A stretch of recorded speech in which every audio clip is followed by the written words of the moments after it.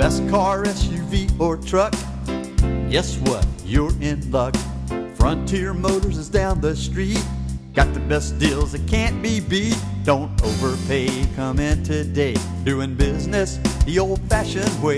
Frontier, we got the right price. Frontier, we'll treat you mighty nice.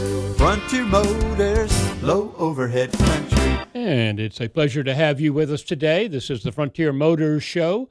As we work our way through it, don't you hesitate to avail yourself of the opportunity to call Ivan Streckel, the owner of Frontier Motors, at 478-3116. What will he be able to do for you?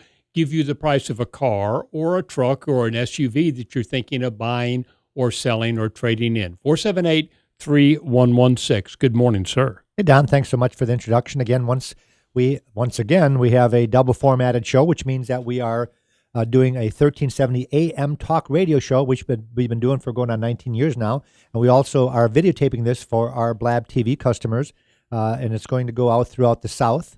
And if you're watching this on TV, this is a call-in show, but if you're watching on TV, this might not be live. We do this 2 to 3 times a month, and then we rerun it 15 or 16 times on Blab TV. But the talk radio show is live, so if you want to join us to get a value on your car, the phone number is 478-3116. That's 478-3116. I have the NADA books standing by. We always get some questions from customers coming in saying, well, I was on the Kelley Blue Book, and the Kelley Blue Book says my vehicle should be worth $10,000. And the conversation always gets started where I'll say, well, let me look at your car. I'll tell you what it's worth. And the customer says, I already know what it's worth. I said, well, how do you know that? Well, I got online. It told me that the Kelley Blue Book was this, the Edmunds said it was this, and the NADA said it was this. So that's 3 different books that you get online. Well, the interesting thing is car dealerships don't use any of those books, at least not in the South. Now, I remember when I worked at a dealership in Wisconsin for over 20 years, about 25 years ago, up there we used the Kelley Blue Book. I moved down south, and all the banks and credit unions, insurance companies use this gold-colored NADA guide. Now, the reason this book is important is not so much because it tells you what the car is worth, but because it tells you what the book value of the car is. And if you call up Penn Air Credit Union, or if you call up Harvesters, or if you call up just any of the credit unions down here at Gulf South, they're going to tell you that the book value is $17,500. The trade-in value is $14,000. And I had this happen the other day where a customer came in and asked one of our salesmen, can you print off the NADA? So he did, and it said clean trade was $14,000. So then it came time, it took him 2 days to figure out what car he wanted, and he finally picked one out, and he says, okay, and we appraised his vehicle for $12,000. He says, wait a minute, you gave me a printout 3 days ago that clean trade was 14. How come you're appraising it for 12? Well, the answer was not because we were trying to steal his car, but because he asked for a book value. He didn't ask for an appraisal value. And the reason the appraisal value was lower than what the book value was, because when we got into the auction reports and when we got into the comparables that other dealerships were selling, at the auction, they were selling somewhere between $11,000 and $12,000. So they were selling quite a bit below book value. And that's how the appraisal. And the book value that we use is also the black guide that we have. And we share both of these guides with all of our customers, and we share them on the show also. So if you're looking at trying to trade in a car, the question that you might have, well, what would my car bring on trade? And that might be a different figure than what your car would be worth wholesale. And that would be a different figure than what you would sell that car for if you decided to sell it yourself or put it on consignment at Frontier Motors.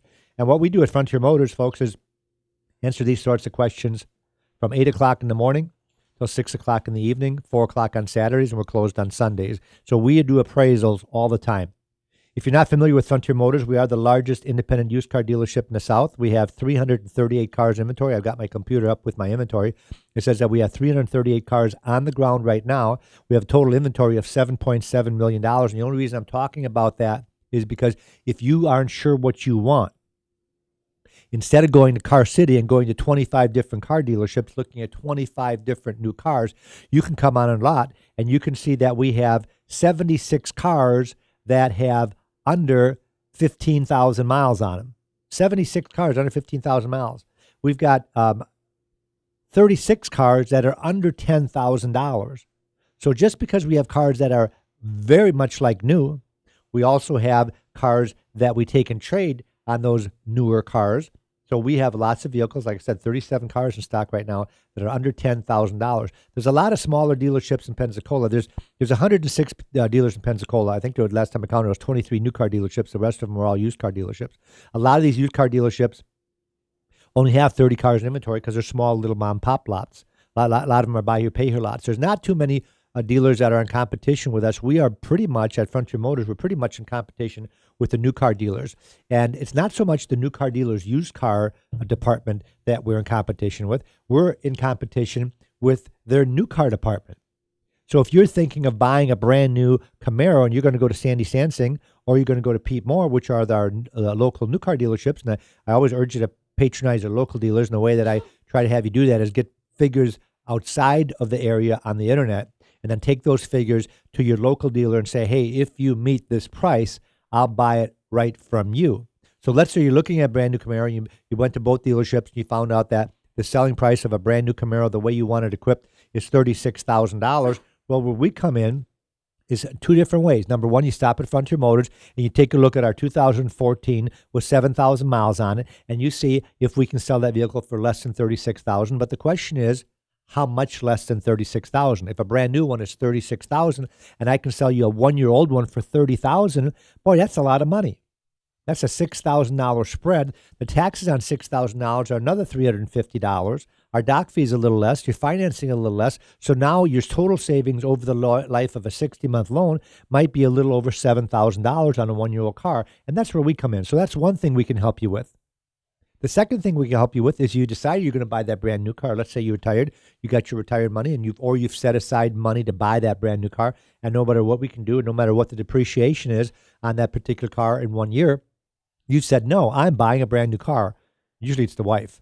The wife, they're very skeptical. The wives are very skeptical. Like, why would you buy a 14 with 7,000 miles? Why'd they get rid of it? That thing must be a junk. Must be a lemon. They got rid of it. So they've got it in their mind that no matter what I say, they're going to buy brand new. Well, the way we can help you, if that's your attitude, is bring us to trade-in. Let us give you a second opinion. Don't go on the internet and say, well, my trade-in, Kelly Blue Book says my trade-in is worth $10,000. Why not come to us? What if we appraise your trade for $11,000 and the book value is low? And there are some vehicles, not that many, where the book values are actually lower than what's really happening. A prime example would be a Jeep Wrangler. If you have a 2004 Jeep Wrangler and the NADA book says it's got a retail of $10,000 and a wholesale of $6,000, and you say, well, it's got a wholesale of $6,000, so if I can get $6,000 and trade it in and be done with it, I'll take $6,000. Well, what if I appraise it for $8,000? Because the book values on Wranglers are too low versus what they're actually bringing on the open market, which is unusual because most vehicles, it's the opposite. If you're looking, for example, at a Lexus and the retail value is $36,000, you can normally buy that Lexus for under the retail price of that. Well, that's what they're going for at the auction. So that's the two things that we can help you with if you're going to buy a brand new car. The other thing, well, actually, there's one other thing we can help you with. If you look at Consumers Reports, which I happen to have Consumers Reports in my hand right now, this last one I got is the best and the worst of which cars as far as new cars, used cars, reliability. And on the back of the Consumers Reports, they have a little price guide. One of the things it says that you can buy an invoice from Consumers Reports on a brand new car for $14. Well, what we can help you with if you're going to buy an invoice. And the reason you want to get an invoice is because you get an idea of what the dealer paid for it. Well, if you know what a dealer paid for the car, it helps you in the back of your mind make sure that you're not paying too much. If you know he paid $30,000 and he's selling it for $31,000, I might say that's a pretty fair deal. The dealer's making $1,000. They still get a little kickback at the end of the quarter, what they call a holdback, maybe $600 or $700. So the dealer's making $1,500, $1,600. I think that's fair. You're not ripping off, but at least you know you're not getting ripped off. The other thing we can do is give you that invoice at no charge. I have the new car cost guides at Frontier Motors. These come out about 4 or 5 times a year. The reason they come out so often because sometimes there are cars that are introduced mid-year. Not the new cars normally come out in July and August, but sometimes they'll have a car that comes out early. Sometimes they'll have a car that comes out late, and sometimes there's a price increase. And that's why they print these new car cost guides 4 to 5 times a year. And it tells me, I just opened to the first one, it tells me, for example, that a Ford T250 van, the Ford van, is that new big van. They used to have a Ford E250, now they call it a T. It looks a little bit like a Sprinter. which is a very good selling vehicle, by the way. Now Ford's got one and tells me that the invoice on a cargo van is 28.1, and the retail is 30,500. So looking at this, it looks like it's got a $2,400 markup. I can make you a copy of that page. I can make you a copy of all of the options and what the option cost the dealer. You can add that up so that way you know what they paid for it. Offer the dealer a reasonable profit, and you won't have to worry that you're paying too much. And again, bring us that trade-in. Now, we buy a lot of cars from private individuals, and I did this yesterday. We have a customer that put his car on Craigslist, and he ended up driving into Frontier Motors because he decided he's had enough of Craigslist. He didn't want people coming over the house. There are also people that come over the house to test drive your car to find out that they have no intention of being able to, I shouldn't say no intention, they have an intention buying a car, but there's no way they can buy a car because their credit is just awful and they can't get a loan. They just don't know it yet because they haven't been to the bank. So what we can do at Frontier Motors for you is we can write you a check for that car, or we can sell the car for you. So there's, again, 3 different figures that I can give you. Number one, what I'll write the check for. This happened to be a BMW, and we told the customer we'll give them this dollar amount for it and just write you a check, or we'll give you $1,500 more to put it on consignment. Now, why would I pay more to put it on consignment? Well, one reason is because I don't have to tie up our cash. Once I pay $20,000, I don't get that money back until I sell the car. I never know how long it's going to take. Our average turnaround time at Frontier Motors is about 33 days. That we flip our inventory, 33 to 35 days. But I've got some vehicles that I thought I was going to sell in 33 days. Here, 90 days later, they're still on the lot. So you never know. So that cash is tied up. And therefore, to free up my cash, I'll pay you a little bit more money if we do a consignment. The advantage for me is I don't have to pay for it. The advantage to you, you're going to get more money. The disadvantage is you don't get paid till it's sold. We do a very good job with consignments, and we're the only dealer that I know that doesn't charge for consignments. There's a lot of dealers that do consignments, but they'll charge you $100 or $200 a month to do a consignment. Well, it's almost an incentive for them not to sell your car. If they're making a monthly fee, if they're charging a monthly fee, well, the longer they have that car, the more money they make. Why would they want to sell it? What we do is we establish a price. Let's say I tell you I'll net you $20,000. The way I make money, anything over 20 is mine. So if I sell for 21, I make $1,000 in my book. $1,000 is better than nothing at all. 478-3116. If you got a comment or you want to join us, 478-3116 is the radio show phone number. Don can get you through, and we can take your call live on the air. The other thing that we want to talk about a little bit is we do have consumers reports. And the nice thing, I really love being an independent dealer. And for those of you that have never heard the show before, this is the Frontier Motor Show. My name is Ivan Streckel. We started Frontier Motors 19 years ago. Before that, I was in the new car business in the Milwaukee area, working for I guess I could call them a mega dealer. I think they had 16 franchises. They even have more franchises now. And the dealership that I worked for happened to be a Jaguar, Cadillac, Isuzu, and Pontiac. And I ran the new car end of it, so I was in new cars longer than I was in used cars. And when we came down here, the bad thing about being in the new car end of it is that if you weren't looking for a Pontiac, a Cadillac, or an Isuzu, or Jaguar, there was nothing else I could sell you. That was it. That's all we had from a new car standpoint. So my job was to tell you why the Pontiac is a better car than a Buick and the Cadillac and we had Cadillac, but the Buick and the GMC and also the Chevrolet have been taught to leave you alone if you want to and to help you if you want to. Sometimes to a fault. They leave you alone too much. Customer says, well, I need some help. So at that point, we don't want to jump. You know how you feel when you get out a new car dealer's lot and you got 18 guys sitting out front and they all want to jump out at you at once. And you feel like, oh my God, now I've got the salesman and now he's gonna make me feel obligated to buy today. We don't do that at Frontier Motors. What we want to do is sell you a car when you're ready to buy one. We want to arm you with all the information. We don't have to sell you on a make and model. Whatever you like is what we're going to pick. You're going to drive it. And we're going to give you all the information. We're going to give you a brochure on the car because we can print out a brochures, which has pictures and prices. And then we're going to give you a bottom line price in writing. It's another thing. I always say if a dealership asks the stupid question, like how much do you want to pay? What do you want for your trade? I'm thinking they're idiots. I think it's their job to tell you how much your car is worth to them and how much they want for the new or used car they're selling. And that's what we do at Frontier Motors. I don't want to ask you to make an offer. That seems like we're opening up and negotiating like we could be here all year long. I don't want to do that. I would rather say, here's what I can sell the car for. And I'm very careful when I give you that price because I want to make sure I've got a thing on my computer called Price Driver. It tells me every other vehicle out there for sale. It defaults to 150 miles, but I can go out 500 miles if you got a kind of a weird car like an M6 BMW. There's none within 150 miles. Well, how do I know what they're selling for? Well, I can go nationwide. And see, there's 35 available, and the average selling price is $45,000. Well, I better not quote you a price of 50 because I'm never going to see you again, because you'll do that same research that I'm doing. You can get on Auto Trader or Cars.com, which is what they default to, but they tell me all other websites also what they're selling for. Most dealers put their cars on Auto Trader and Cars.com because they go nationwide. They don't normally, they might use Craigslist, but if you're Pensacola, it only goes to Pensacola, so you're not drawing people from outside the area. So we use the websites that are nationwide, and it defaults and lets me know what they're selling for. So when I give you that bottom line price, I'm smart enough to know I better give you a darn good price. If my price isn't the lowest one out there by me looking at them, I'm going to have the highest equipped car or the lowest mileage car or the best condition car. And those are things, and that last one is the big kicker. I've seen people, I had this happen 2 months ago. Well, actually, it wasn't even 2 months ago. It was last month. Customer came in on a Ford Explorer used. I had a Ford Explorer on the lot, and we quoted the customer $26,000. He says, well, I found one down the road for $24,000. And I looked at it. Guess what? It had the same equipment. I threw in the towel. I says, and I did the history report on it. Sometimes what happens is they get over there, and it's got a bad Carfax, like maybe it's the salvage title, or maybe it's been in a major wreck, airbags deployed, half the car had to be replaced. And it says that in the history report. Well, what I did is, again, I looked at their inventory, the other dealer's inventory. I ran the Carfax real quick. I found out it's a one-owner car just like ours was. They got me beat by $2,000. What do I do now? I thanked them for stopping. They didn't have a trade-in. Sometimes if that happens, I might pay more for the trade, so we'll be at an even keel. Wasn't the case this time. So they left. They came back. They bought our car.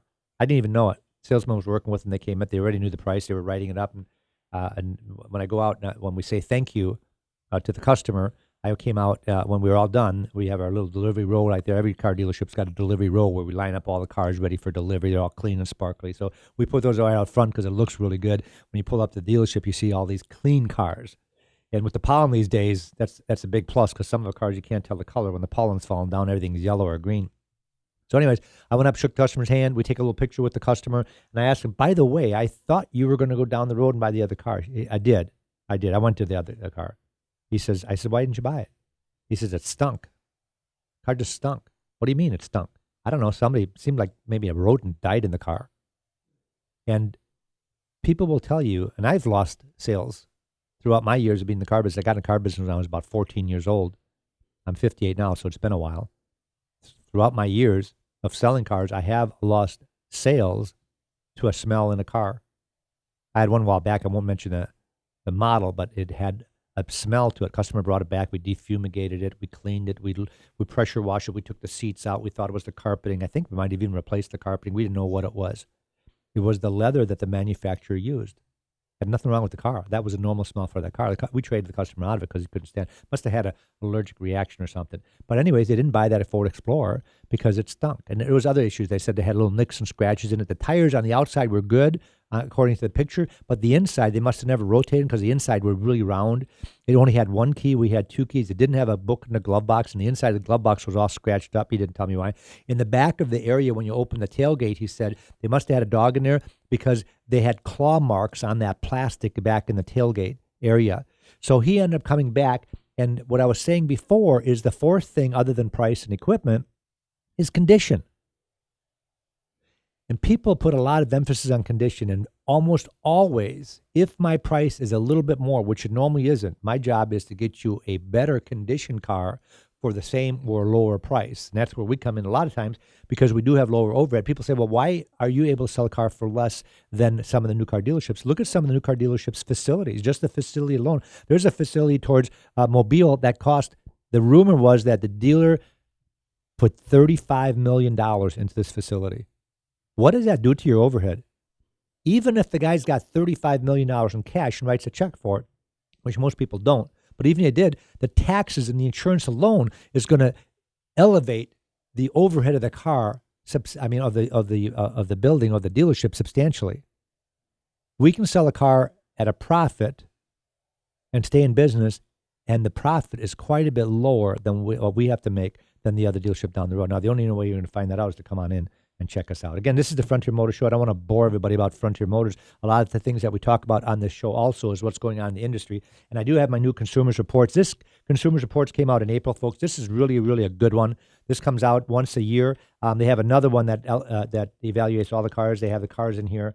More of a generic. They have a fat one they print once a year. So if you're in the car market, I urge you to go to your local bookstore and get the consumer's version of this. I have it at the dealership, by the way, which you can borrow if you come in. But it says the best and the worst car brands. I hate dwelling on the worst because obviously being an independent dealer, we sell all makes and models. So I'm not going to tell you who the worst is because there's a local dealer, and I don't want them to get negativized if any of their salespeople are listening to the show. But number one brand, year after year after year, is a Lexus.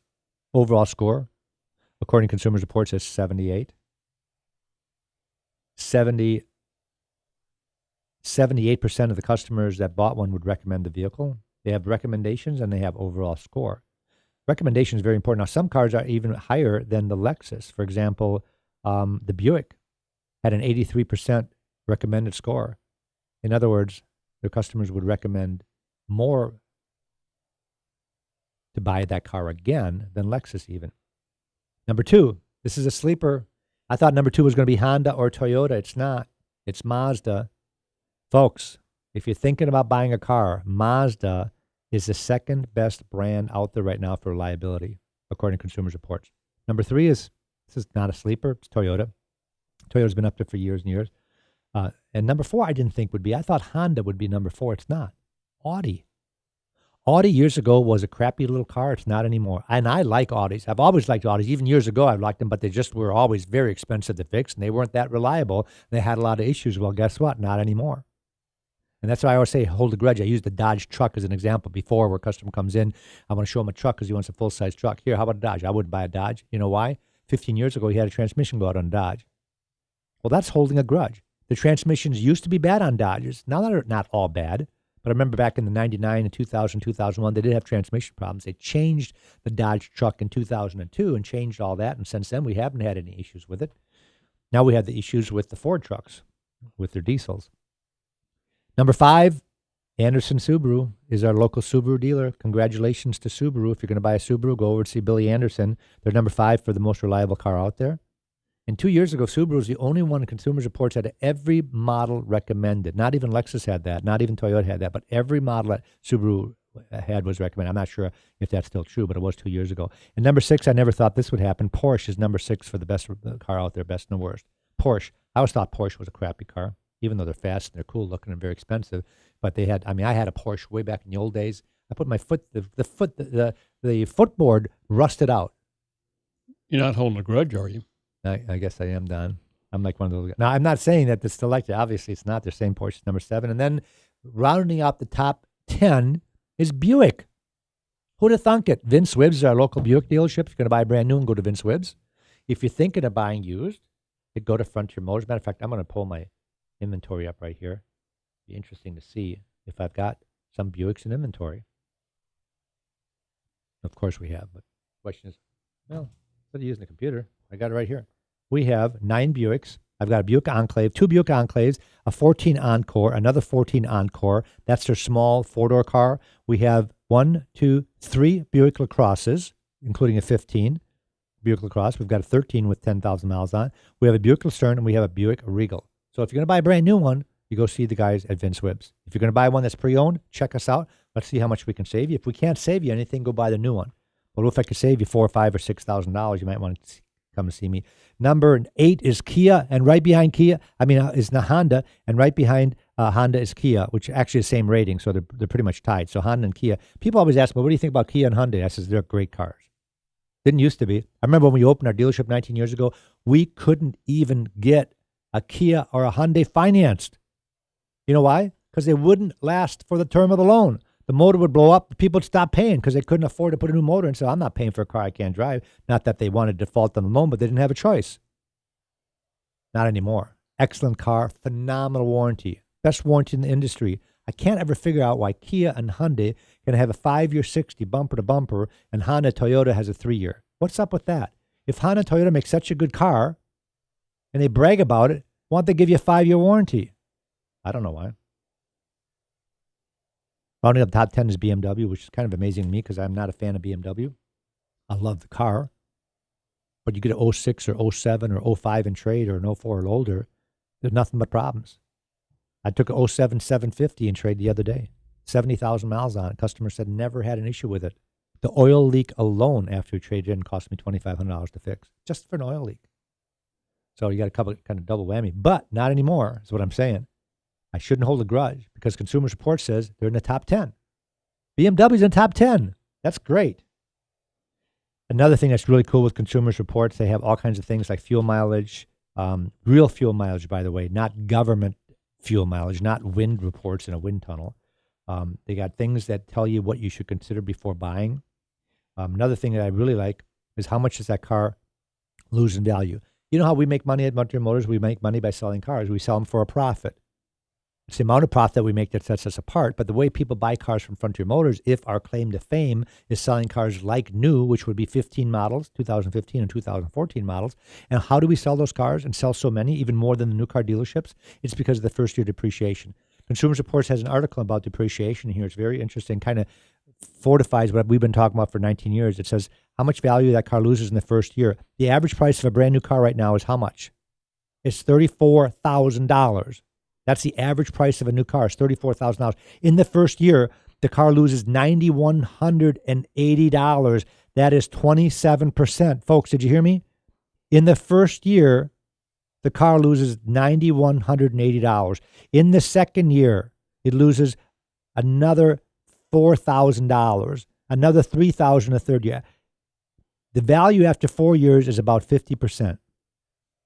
Why wouldn't you buy a car that's 6 months old, has 10,000 miles on it, it's barely broke in, it smells new, there's no nicks, there's no scratches, it's got a clean history report, it's never been painted on, the front bumper's never even been scratched, and we're selling it for $9,000 less than new, and that's the average depreciation. Now, it's not actually $9,000 because if it loses $9,000 in the first year, I can't sell it for that because I wouldn't make any money. But let's say if I mark the car up $2,000, you're still saving $7,190 over the brand new one.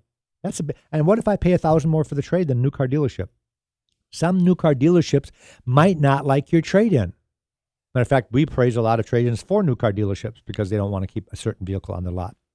We've only got a minute left, so we kind of let you know what Frontier Motors is all about, that we are here to help you. We are here to give you free advice. If you're thinking about buying a car anywhere, don't tell us what they're asking. Call Frontier Motors, give us the ID number. We'll do a free history report for you. And our history report also flips over into our dealer track system, which gives me the price of what that car should sell for. So if I'm telling you I can sell you a car just like that for $20,000 and they're asking $23,000, use that information to get yourself a better deal. And that's what we do is we help people in the Pensacola area get good deals. So when you're ready to buy that next car, you'll come back and see Frontier Motors and patronize our dealership. That's Frontier Motors, 230 Beverly Parkway. Thanks for listening and thanks for watching. Have a great day. Auf Wiedersehen. Got the best deals that can't be beat. Don't overpay. Come in today. Doing business the old-fashioned way. Frontier. We got the right price. Frontier. We'll treat you mighty nice. Frontier Motors. Low overhead.